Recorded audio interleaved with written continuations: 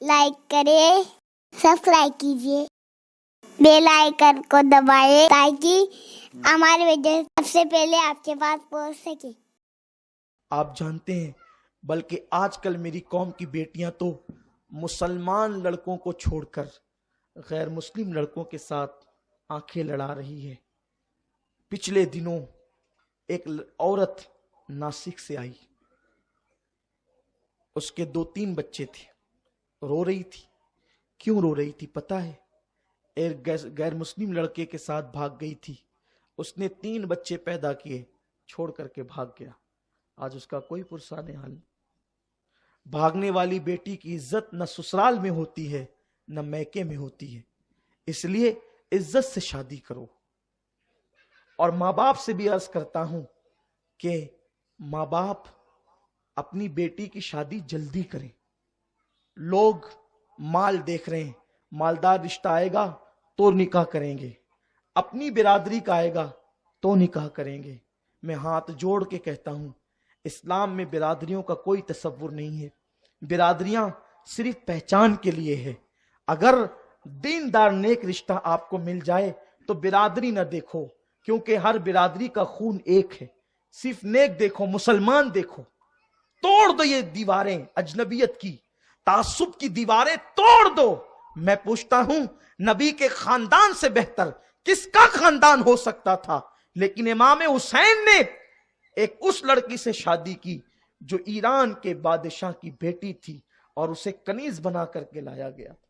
امام علی مقام کو وہ کنیز پیش کی گئی، امام علی مقام نے ان کو آزاد کیا اور ان کے ساتھ نکاح کر کے گویا کہ اس کنیز کو امت کی آقازادی بنا دیا۔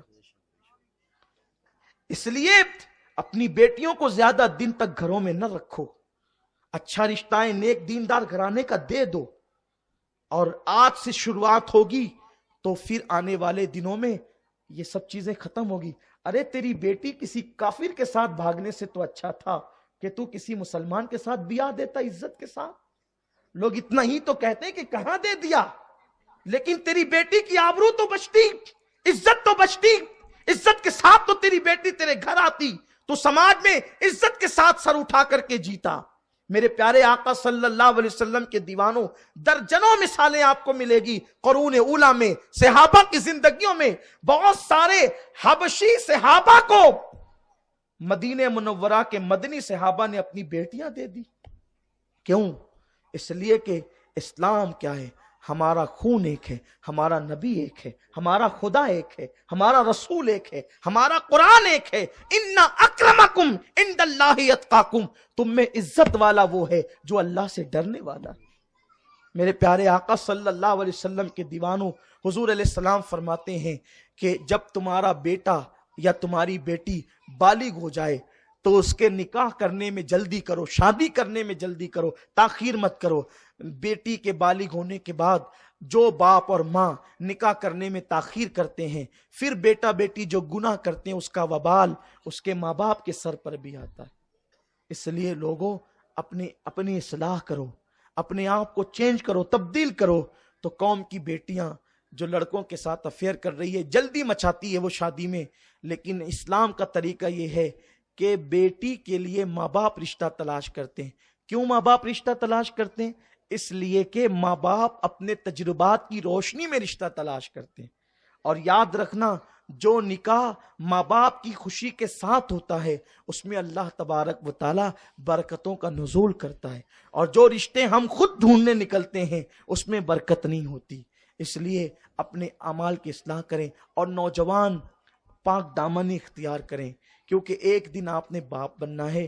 میں اپنی گفتگو سمیٹتے ہوئے یہ پیغام دینا چاہتا ہوں کہ آج آپ کے جذبات جوان ہیں، آپ بھاگ کر کے نکاح تو کر لیتے ہیں، افیئر کے ذریعے تو نکاح کر لیتے ہیں، لیکن پھر آج سے 15 سال کے بعد جب آپ کی اولاد جوان ہوتی ہے تو اس کو شریف گھرانے کا رشتہ نہیں آتا۔ لوگ کیا کہتے ہیں؟